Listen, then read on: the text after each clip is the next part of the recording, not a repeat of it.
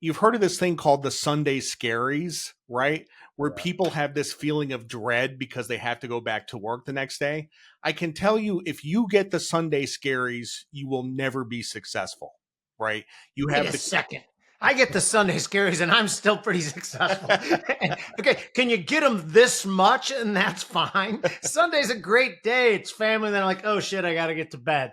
I get up early. So I challenge that.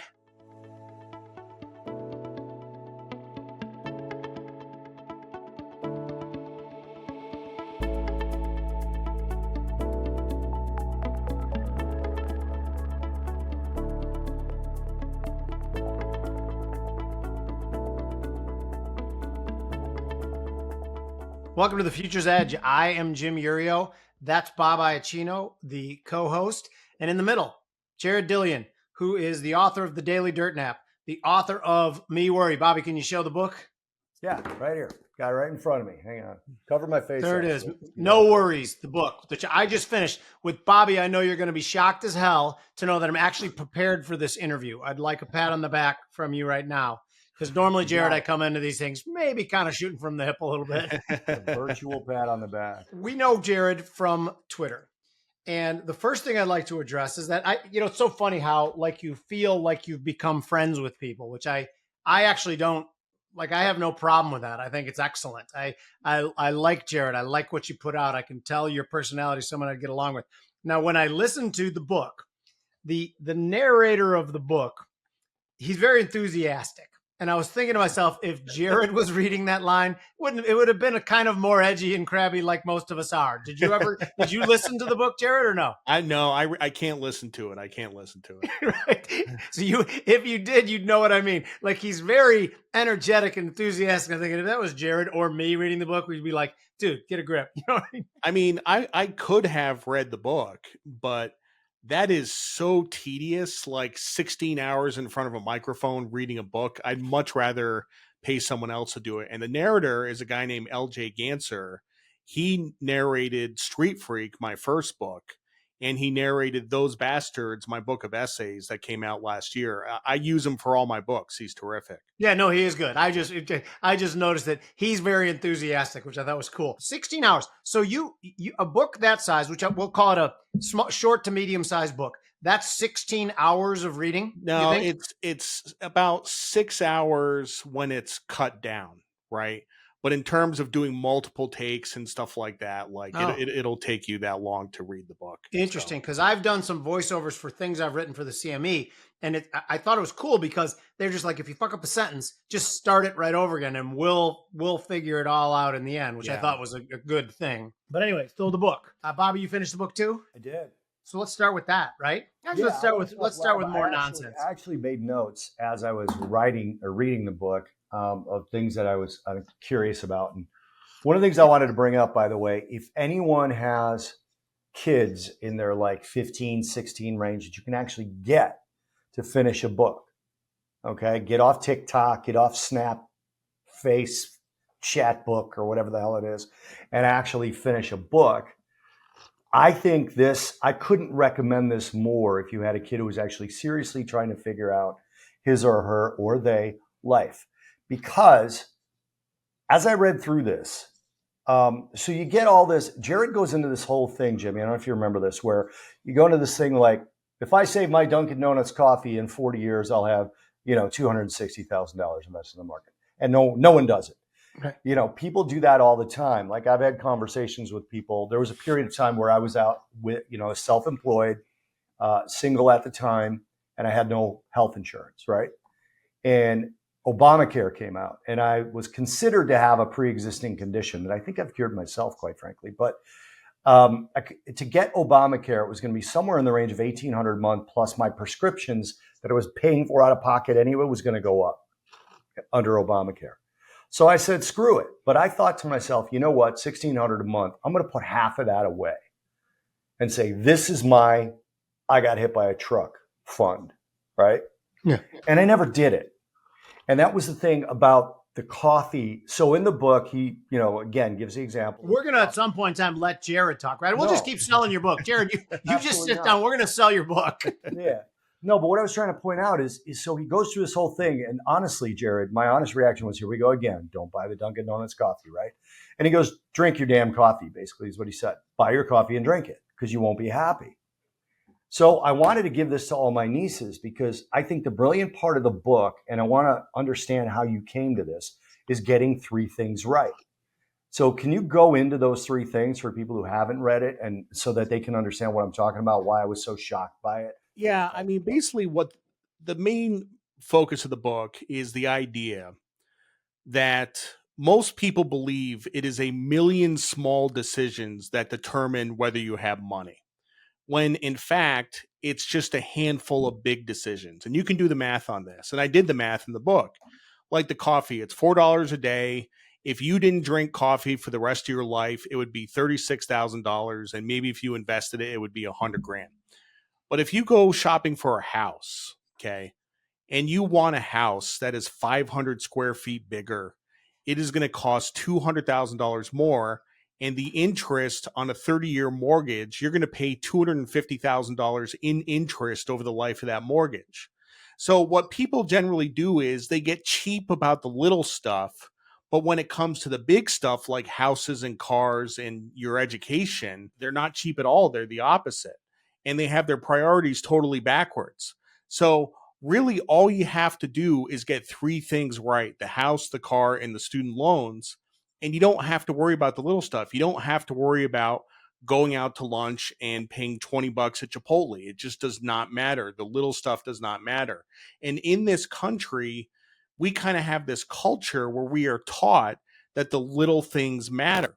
Like, you remember that Navy admiral that gave that commencement speech like 10 years About ago? making the bed. Yeah, about making your bed. I don't make my bed. I'm a very successful person. I don't make my bed. I just leave it the way it is and I get in it at night. If I make the bed, it's like 5 minutes out of my day that I can't spend on something else. I swear to God, I thought the same thing when I heard him saying it. My wife makes the bed, don't get me wrong, but I don't make the bed. It's so funny when the education part of it, my daughters both went basically to undergraduate for free. They both got like these women in engineering and women in business scholarships. But my older daughter, when she went back to school, and she's an adult woman, I did not pay for a grad school, but I do know she borrowed money for a grad school. And you said, you never borrow for education. I'm like, shit, now we fucked this up. And then you're like, unless you're going to Harvard or Stanford. And I'm like, okay, that's okay then. She borrowed for that. So you put the caveat in for my daughter, and I appreciate that. So yeah, I mean, grad school is a killer. Like, grad school is where most universities make their money. They have the highest margin in grad school. And you go to a grad school, if you go to like a second or third tier grad school program, especially law, like it's a common misconception that, I mean, maybe back in the 80s. I remember when I was a kid in the 80s, if you were a doctor or a lawyer, you were rich, right? And fast forward to today, 40 years later, and that's not the case. And you have lawyers in this town in Myrtle Beach, you have lawyers on food stamps. Like, it is not a recipe for success. So if you go to a third tier law school and you come out and you're practicing family law or injury law or something like that, you're making $45,000 a year and you have $200,000 in student loans. Doesn't make any sense, you know? So grad school is a killer. Yeah, no doubt about it. And again, she has some pretty good prospects. I don't go over exactly what her loans are, but now she's back to her old job making 125 grand a year, which she was at before she left. So hopefully she'll build her war chest and pay off her loan pretty quickly. The car part of it, I thought was fascinating too. And you run the numbers too on owning a car. And it's so funny because I've always been in exactly the same camp. Back in the 90s, early 2000s, Bobby was on the trading floor. We needed wheelbarrows to take home the kind of money we were making back then. I still drove a Honda Civic. My brother asked me, why the hell do you drive a Honda Civic? I said, one, because it always starts when I want it to start. But two, when I drive up to a restaurant or place, if people are going to make judgments on me, I'd rather make the wrong judgment. It's nobody's goddamn business how I'm doing at my job. You said you did buy the Corvette. Tell me what went into that thinking. You know, when the mid-engine Corvette came in, this was like 2019, and they had the design on the mid-engine Corvette, and I was like, man, this is the coolest car of all time. So I went to the dealership, and they said I had to order it. So I ordered it, and then the pandemic happened So my car was delayed. And then they had one sitting in the showroom that used to be owned by Ricky Craven, NASCAR driver. Okay. And he basically was flipping it. So I bought that. The whole story behind that in the car dealership with them trying to get me to take out a loan is hilarious. You probably saw that in the book. I did. Yeah. Yes. But at that point in my life, I said, okay, I'm 40 whatever years old.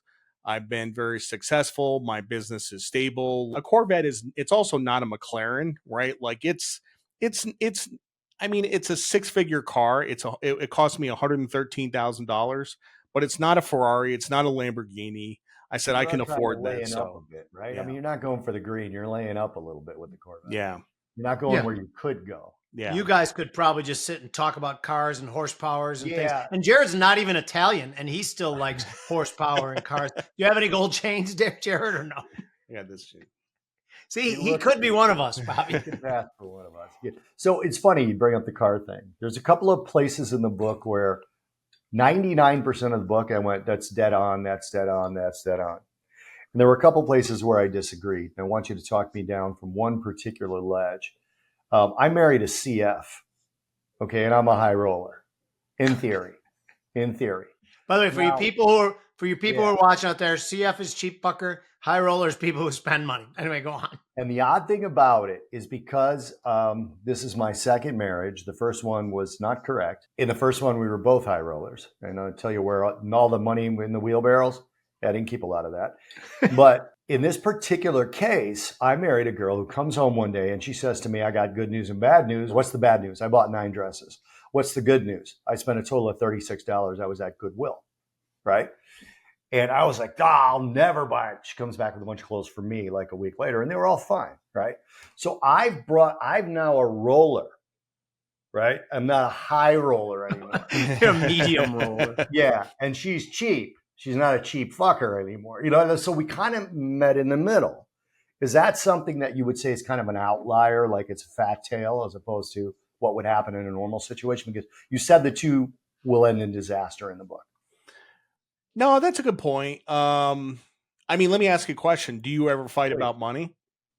No, because I let her decide. Okay. So if there's a decision to be made, like the other day I asked her if I could buy a t-shirt. I mean, I can afford a t-shirt, but I asked her if I could buy it. And she's like, okay, fine, but don't upgrade our seats on Spirit. Like she makes me trade. Amy, like the other thing that people come back to me on is the whole thing about keeping your money separate. Because I say in the book that, in my marriage, I've been married for 26 plus years. When we moved in together, my wife said, I want to keep our money separate. And I said, totally fine. That's fine. And we have never fought about money. And some people have come back to me and says, look, like we have joint accounts, we pool our funds and it works. Like we don't fight about money either. And I said, great. If you have a system that works, like keep doing it. Like yeah. I'm not saying that your way is the wrong way. Like if you have a way that works, then do it. But if you were telling me that you had joint accounts and you were fighting about money, then maybe try my way. So my wife and I were both CFs, but she was a bigger CF than me. And over time, I've drifted towards the high roller and she's still a CF. So I bought a very expensive piece of jewelry a couple of weeks ago. And I didn't tell her how much it costs. I told her friend how much it costs. And then her friend told my wife. And she's like, you spent what on a bracelet? And I was like, but we didn't fight about it. She's like, it's your money. Like if we keep our money separate. So it's your money. You can spend whatever you want. But what about in a situation where, wife perhaps stays home to take care of the kids? You don't have any children. Is that correct? That's right. Yeah. So in a lot of families that happens. And then it seems like, almost illogical when you're making, like she had no money when she was staying home taking care of the kids. But I mean, so obviously it matters on the situation, correct? Yep, absolutely. So to the house thing. So you talked about, I kind of fancy myself a real estate investor. Up until about 6 months ago, we owned 4 different properties. We owned by the way, there's the book, people. No worries. Jared Dillian. Is Dillian an Irish name? Yeah, bingo. Fantastic. It's a British name, but I actually, my father was adopted. So I actually am. I'm not even really a Dillian, so it's kind No, of weird. So right. Hold on. I was going to show my book too. Recently, I've got a family with about 26 nieces and nephews, the oldest one being 26. So they're all entering this age where they should read your book. One of them recently, after 1 year of college, decided to pull back and go to the fire academy. And I think that's brilliant. One of the most successful guys, I'm 58, Jimmy and I are the same age, right? And one of the most successful guys I know, I went to college with him. His name's Tommy Romano, great guy, was in the fire academy while he was in school, right? And when he got out of school, he basically, we drank and we hung out and he was a great guy. Got out of school, becomes a full-time fireman. At the time, 2 days on, 2 days off, 2 days on, 2 days off, 2 days on, 7 days off. That was the schedule. And in those 7 days, he would go work part-time in construction. And after about 8 years of that, he started taking his off days and buying really cheap houses, fixing them with his own hands, selling them. By the time he got to full retirement as a firefighter at about 53 years old, he had a full pension, about 10 rental units, 3 homes of his own. He had sold multiple properties. He's one of the most successful guys I know. He can't even remember how to get to our college, let alone use anything that he may have picked up. So this nephew of mine decided he wanted to go to the fire academy. And I said, you need to read this book. And I ordered him a copy of your book because I want him to not use that time. So in the chapter, or not to waste the off time, right? Just kind of lying around. So in the chapter about education, you talk about the importance of education for most people, right? But you also talk in there, you briefly mentioned trade schools and things like that. What do you think the right path is given with the cost of education just generally? I'm not necessarily referring directly to the book. Obviously, we're generalizing, but what's your thoughts on that? So 2 things. The first thing is we have a huge oversupply of people with college degrees. We have a huge undersupply of people without college degrees. Okay. So 2017, I went to a beer distributor in Wisconsin. It was a friend of a friend. And I was talking to the guy who runs the beer distributor, and he was telling me that he was hiring college graduates and paying them $55,000 a year to do sales. And he was hiring high school dropouts and paying them $110,000 a year to drive trucks, right? So this is just supply and demand of labor, right? We have too many people with college degrees that are driving down white collar wages, and we have an undersupply of people without college degrees, which is driving up wages. And that's still happening. If we were supposed to have like a higher education bubble that was supposed to burst during the pandemic, it didn't happen. People are still going to college, and you're still going to have this mismatch in supply and demand. So by all means, like going to a trade school, there's no dishonor in that. You can make a shit ton of money. So just to add to that, I own a bar in Palatine, a bar restaurant. Every day the contractors come by about 5 o'clock. They meet, they become my buddies. One of them makes more money than the next. They're plumbers, they're contractors, they're electricians. And it's amazing to me. My question though is the money imbalance. Like, we're taught to believe in economics that, that will fix everything. If a plumber or a welder can make 100 grand, but we have a whole generation of parents who keep telling kids they must go to school and would look down on plumbers, which I don't look. The plumber's my hero. The plumber, everything breaks on Christmas Eve and he's got to come. So the plumber, I buy my plumber a drink every time I see him. But how do we change that perception, or is it just a process? It's just a process. It just takes time. The other thing I wanted to point out is the story you told me about the guy that was a fireman and he was renovating properties. Yep. That actually pertains to the first chapter of the book, right? Which is, you have to want it, right? In order to get money, you have to want money, right? And a lot of people don't want money. You know what he could have done? He could have just been a fireman and he could have fucked off on his days off and not done any of that stuff. And he would have made 70 or 80 grand a year and he would have had a nice retirement. That's it. But on his time off, he chose to get involved in real estate. He chose to renovate properties. He did that in his spare time. And now he's a very wealthy man. Money is a choice. We all get to choose how much money we have. I choose how much money I have. You guys choose how much money you have. I'm sure there's things that you could do to make more money and you don't because you have whatever reason. There's things I could do to make more money, you know? I mean, there's all things we could be doing to make more money. There's 24 hours in the day, and it comes down to you have to want it. So I'm sorry, Jimmy, talk more about that if you could, because I think you're right to bring up the first chapter of the book. You talked about working being something you should be excited about because you're being productive. Can you talk more about that? Because I think people look at that wrong. You know, Mike Bloomberg, you know, I have my differences with Bloomberg, but he's one of the most successful people in the country. And he had a quote where he said his favorite time of the week was Sunday night because he was so excited to get to work the next morning and do stuff. And I think what Michael Bloomberg means is he doesn't get the Sunday scaries and he's not scared to go to work. Do you think he's really giddy like a child, like I get to go solve problems and get to have a bunch of people ringing my phone and wanting a different piece of me? Is that really believable to you? Yeah, it is. I believe it. Yeah. A Sunday, like for me, I start working on Sundays about 4:00. I usually have some writing assignments due for the week that I like to get ahead of. And sometimes, you know, I'll not finish them because some different market things have to be kind of pieced into them. But that's how I handle it. I get right to the job because Sunday at 4:00, you know, a lot of other people don't feel like hanging out. I can't be, you know, at a bar drinking all the time. So I become productive at 4:00, and I seem to have solved that problem. Sounds pretty good, right? Yeah, absolutely. I mean, for me, you know, I'm a full-time writer. You know, on the weekends, I'm on the couch with a laptop and I'm writing.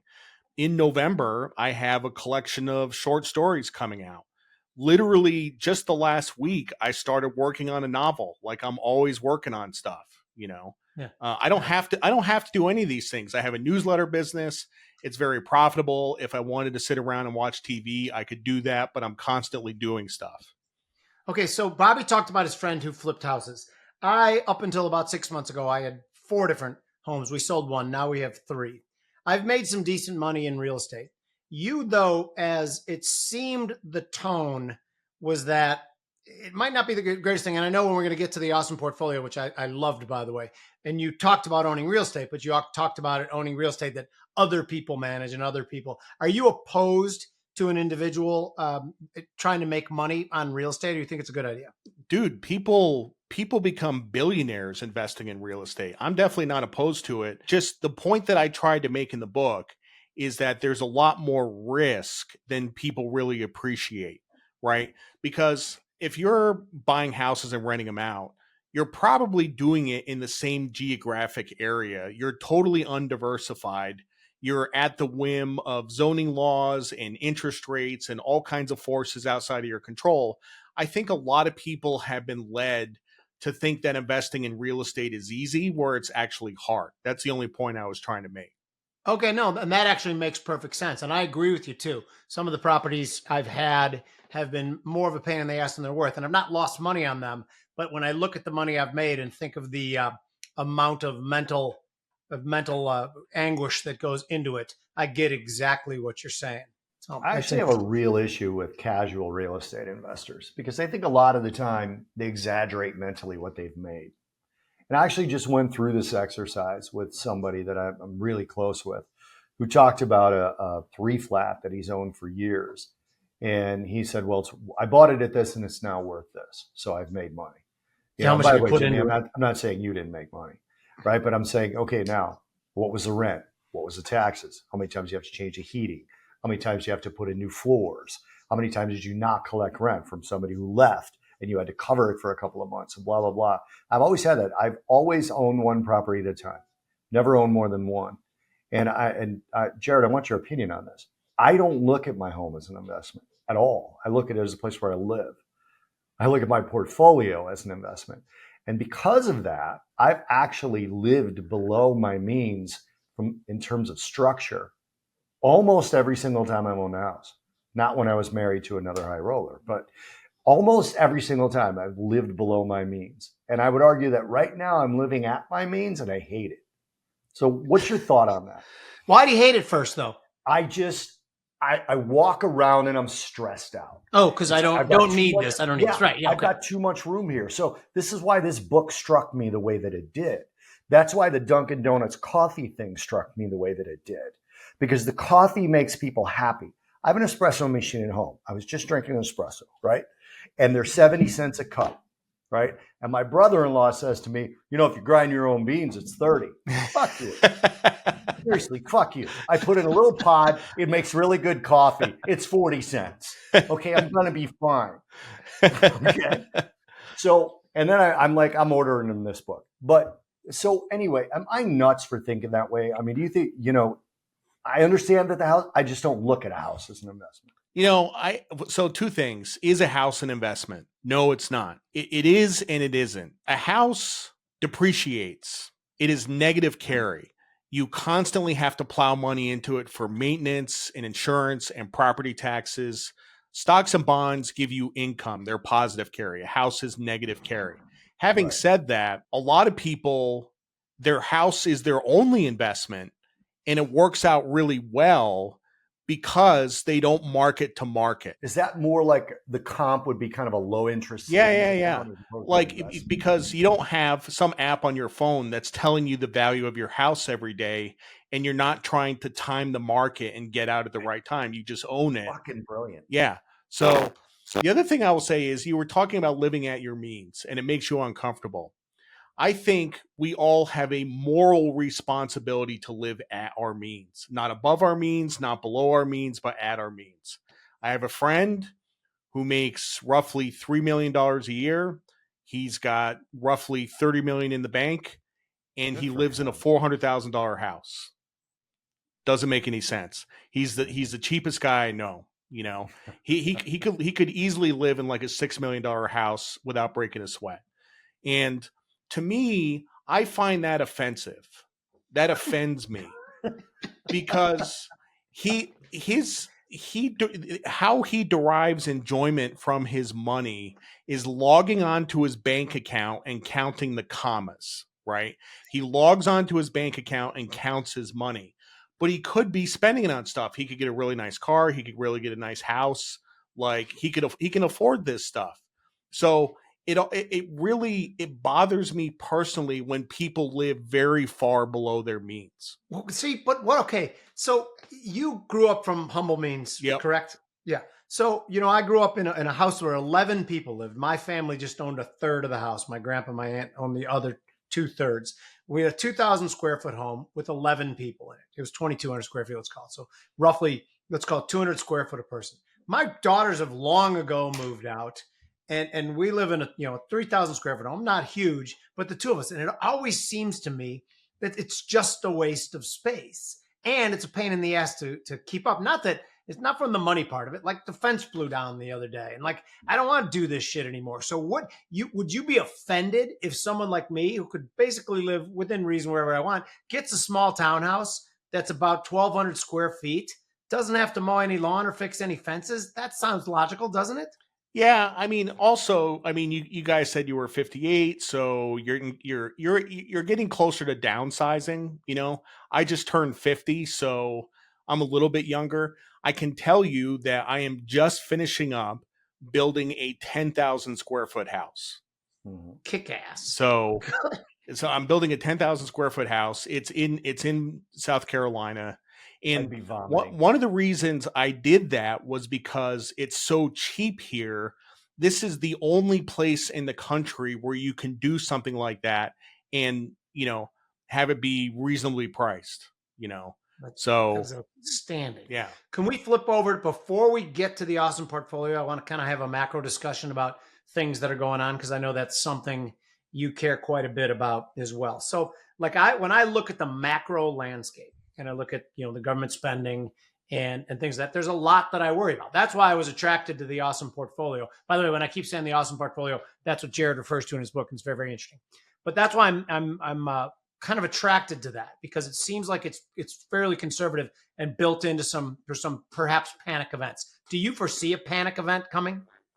I was thinking about that today. I kind of don't. The VIX is 13 now. I spent some time looking at the charts. I'm not seeing any signs of exhaustion. I mean, we got plenty of potential catalysts between now and the election, but technically this market does not look like it's topping soon.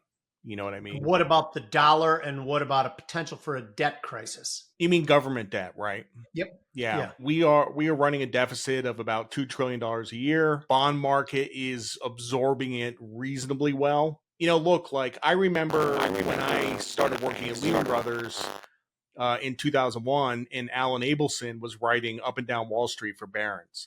And pretty much every week he would put a chart in Up and Down Wall Street of total debt to GDP, right? And the chart was going from the lower left to the upper right, and total debt to GDP at the time was about 200%. Well, now we're at like 400%, right? But if you thought we were going to get a margin call 23 years ago, we didn't, right? I mean, it's not going to matter until it matters. Like a lot of things in finance, like it's a problem. Everybody knows it's a problem, but it's not going to matter until it matters. You know, there was a time about 6 to 12 months ago when the auctions were getting kind of sloppy, and people, you know, you definitely saw some upward pressure on interest rates because of issuance. But really, like, in order for us to really get a margin call, we need bid to cover on auctions to get like 1.5. We need rates shooting 50, 100, 150 basis points higher. Like we need to get tens to like 8 or 9% before we can really call it a crisis, you know? And I think ultimately that's going to happen. I think that's going to happen, I don't know, sometime in the next couple of years, but who knows? I do too. So here's a question for both of you. And Jimmy, why don't you answer first so that Jared can have the bulk of the time?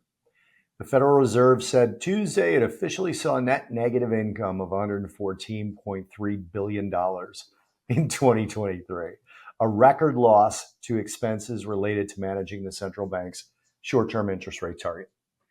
Does this matter, A? And B, if it doesn't, will it ever matter from a perspective of the Fed just losing billions of dollars because of their interest rate moves?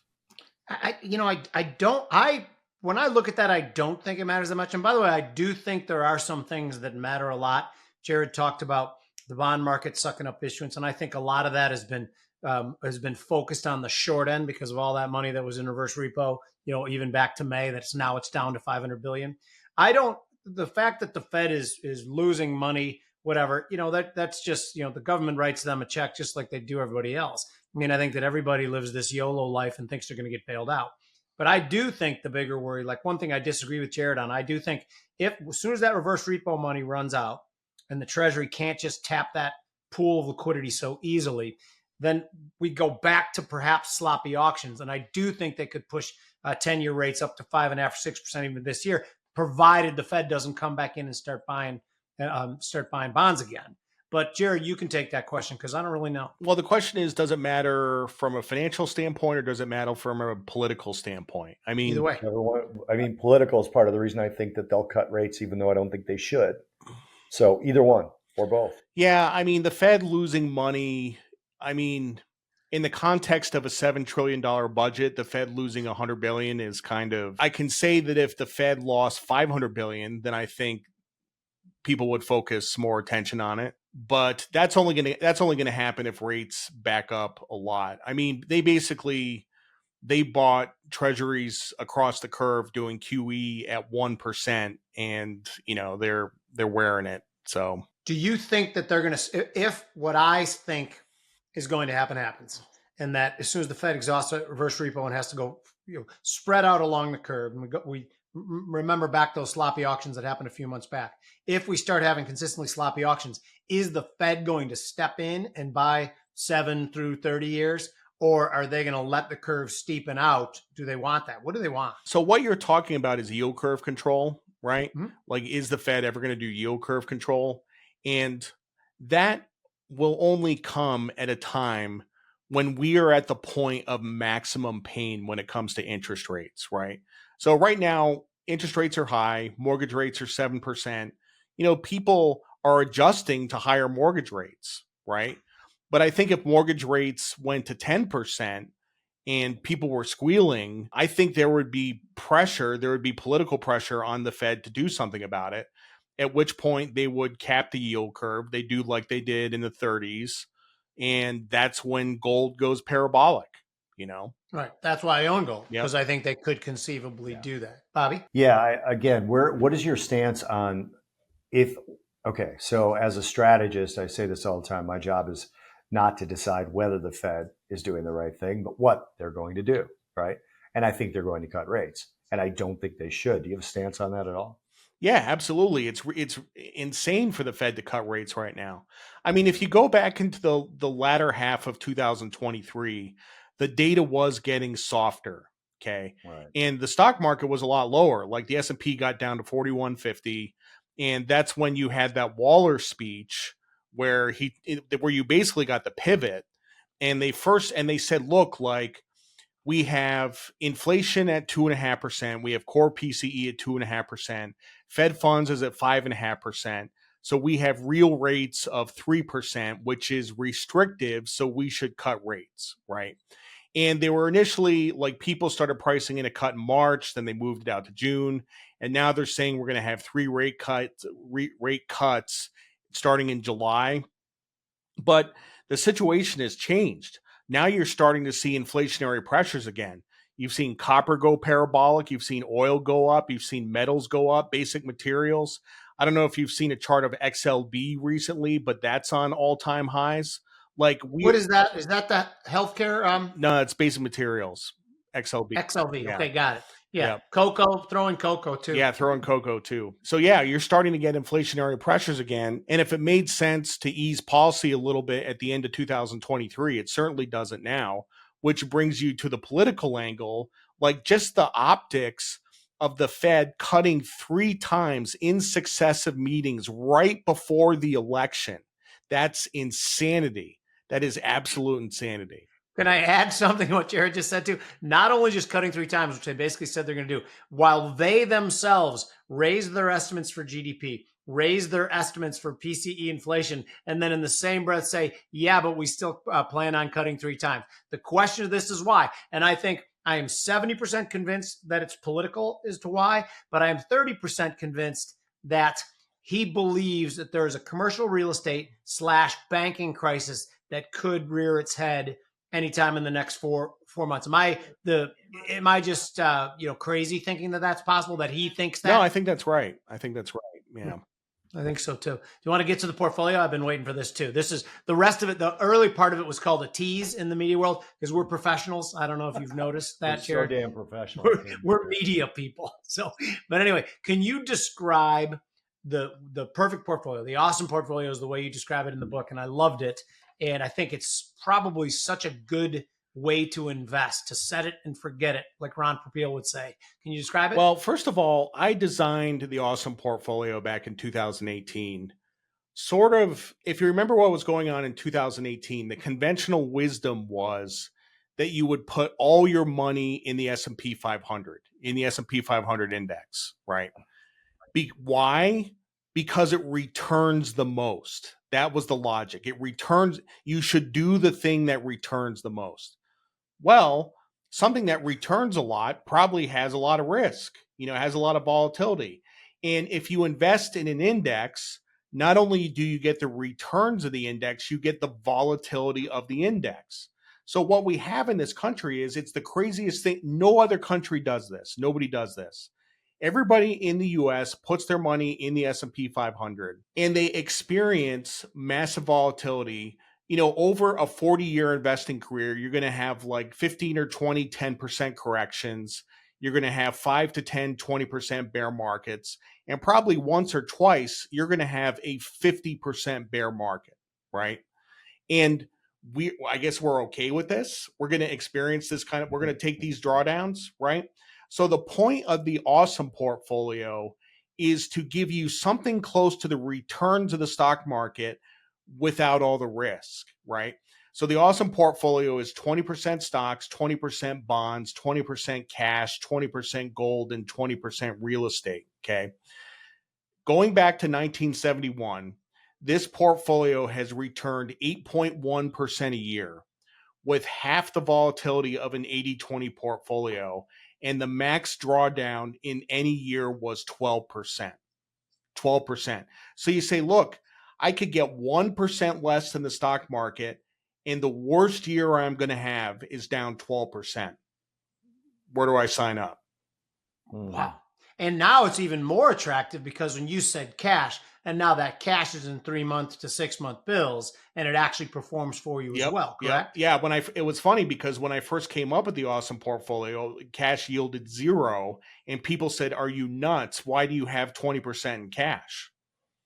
Yeah, and now you're laughing.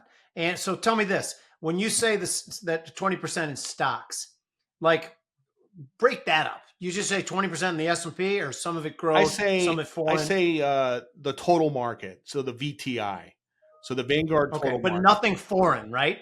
I mean, look, you can slice and dice this however you want. I just did US, right?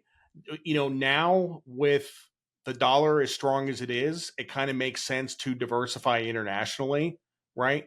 But for the purposes of the book, I just wanted to keep it really simple and use VTI. Can you describe the vehicles that you may use to achieve this portfolio? Yeah, so VTI for stocks, BND for bonds, GLD for... Okay. Oh, by the way, is that BND for bonds? Is it U.S. Treasuries? Is it corporates? Is That's it everything? the Vanguard Total Bond Market Index. So... Oh, I have it. Okay, I know it. Yeah, okay. Yeah. GLD for gold, and VNQ for real estate. But one thing I said about real estate was you can count the equity in your house towards your real estate allocation. That's interesting. I love it. Bobby? Yeah, the last thing, honestly, that I had you from the book itself, or that I wanted to ask you from the book itself, was from a structural standpoint on the education side. You didn't really argue for the ROI of college as a general thing. Do you think it's just gotten to the point where unless you're going Ivy League, it just isn't worth it to pay that Can money? I add on to his question before you answer too? Just another level of it. And what about the things that people study? Obviously that matters as well, right? Yeah, I didn't talk about that in the book. I actually don't think that matters as much as people think it does. When I was at Lehman and I ran the ETF desk, the guy sitting next to me had a history degree. He didn't have a math degree. He didn't have an engineering degree or a finance degree. He had a history degree. Another good friend of mine who was the CEO of a mutual fund company had an English degree. So I don't think the major really matters. I mean, it sure it does for some people, but you can graduate from college with any major and do whatever the hell you want to do. Interesting. My daughter did. I hope fortunately she doesn't watch the podcast, but she came to us and said she wanted to get a psychology, philosophy degree.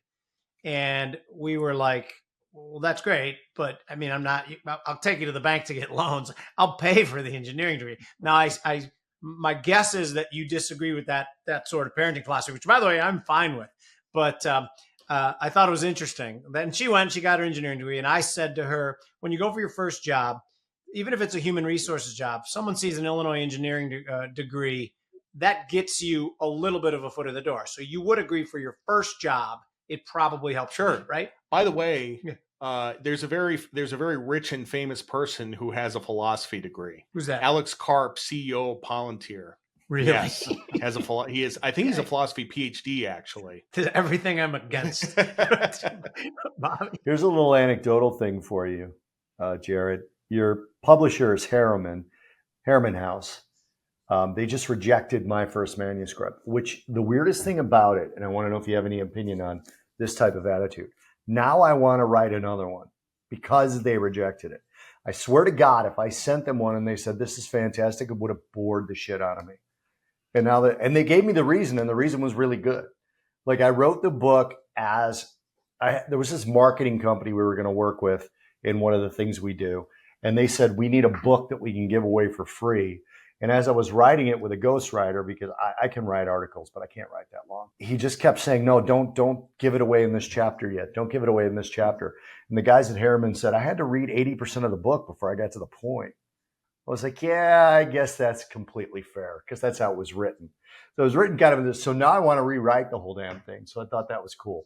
What else have you done, and what else do you have coming up that people should be looking out for?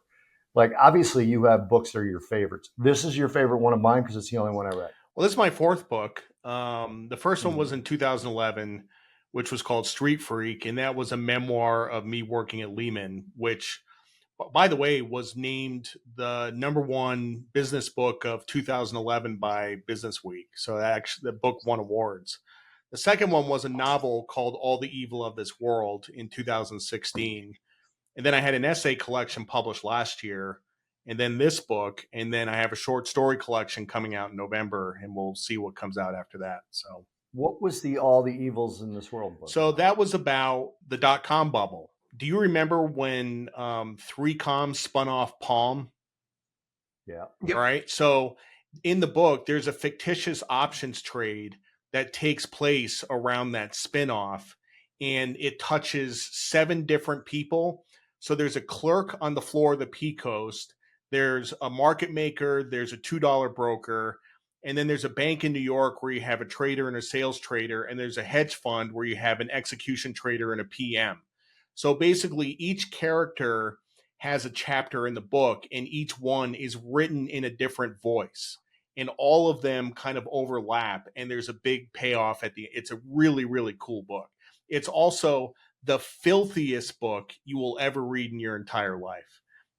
I like that. Well, that's real. Bobby's disclaimer for our podcast is pretty funny. That if you ever read it, it's this is the way people talk. I've been on a trading floor for 37 years. Bobby was on a trading floor for 30 years. We are not shocked very often. I have another question about your writing, because if I could just write, I would write for 60 hours a week. I love writing. I love getting inside my head, being alone, the silence of it. But I don't have other jobs too. How much do you write in a normal week?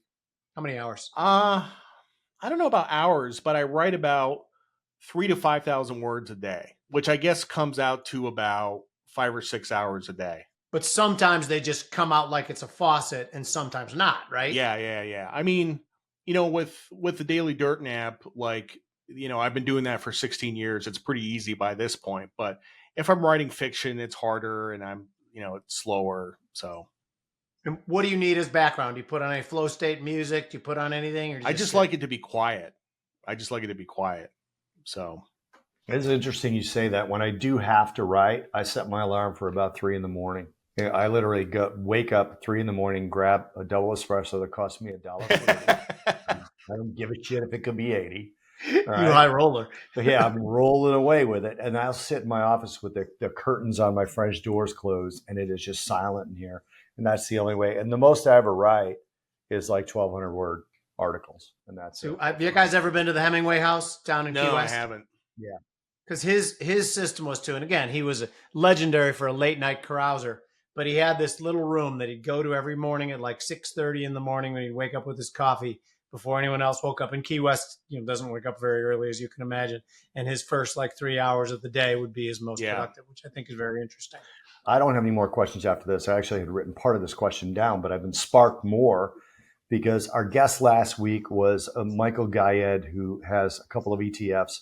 Great guy, adds a lot of value in my opinion. And a lot of people are throwing up in the comments saying, he's not done well the last 3 years. Yeah, we're getting beat up on that. It's just, it's the dumbest thing. When I was at a hedge fund, I was part of the investment committee. When I was at our hedge fund, 3 years was a blink. Like anyone who had 3 years of performance or less was considered emerging. Like they weren't even considered established. What advice do you have for people who think in that kind of a short-term view? Oh my God. If you're trying to evaluate somebody's track record, whether it's a newsletter writer or a CTA or a hedge fund manager or something like that, you need at least 5 years and hopefully 10, because you need to see how people perform during cycles, right? Mm-hmm. And if you're looking at a 2-year track record and what you're seeing is somebody's performance in one half of a cycle, okay? And when the regime changes, that performance may flip. So yeah, you really have to look at it over a long period of time. People don't realize you can go back to in the last decade, no one has seen anyone's performance without a Fed balance sheet in expansion mode. Yeah. No one's seen anyone's performance in that. In a decade, in a damn decade. That's all I have, Jimmy. Jared, will you tell the people where to find you, how to subscribe to the Daily Dirt Nap, all that Well, shit? first of all, please buy the book. The book is, let me pick it up. I got it. You talk. I'll put it up. No Worries, How to Live a There it is. Stress-Free Financial Life. And like you said, get it for your kids. I would say Right. age 16, maybe 15 or 16 is a good age, but even kids in college, get it for your kids. If you want to subscribe to the Daily Dirt Nap, go to dailydirtnap.com. If you mention the podcast, I will give you a discount. So please do that. Oh, that's awesome. And you can follow me on Twitter at Daily Dirt Nap. I will tell Excellent. you that since I finished the book, you know that a 16-year-old can read it. I will tell you, Jared, you changed my life last night. We're sitting down. We were watching this show back from 2007 called Burn Notice. I don't know if you guys ever heard of it. Great book. But all of a sudden, great show. all of a sudden they took away the free, and it was, my wife was like, they want us to pay $22 for season 2. And I brought up Jared Dillian. I brought up the book and said, we have done everything right. I will show you the commas in our bank account. Buy the damn season for $22. And we did. And we enjoyed the show. Season 2 wasn't as good as season 1, but I will tell you it's very good. To you people who are watching, we like to take this time at the end to thank you. There'd be nothing without you and the support you guys give us, and you guys give us a shit ton of it. We appreciate it. Remember what our mission here. Bobby and I were both in mainstream media for a long, long time. We both kind of got bounced out, some of it by our own volition, some of it by our smart mouth, me. But anyway, so we are here. We are here to not have to shroud things, to put it to you guys straight, to not have to worry about what sponsors think of the things we say. If you like that goal, which I think you do, please retweet it. Please tell your friends. Thank you guys again for being here. This is The Future's Edge.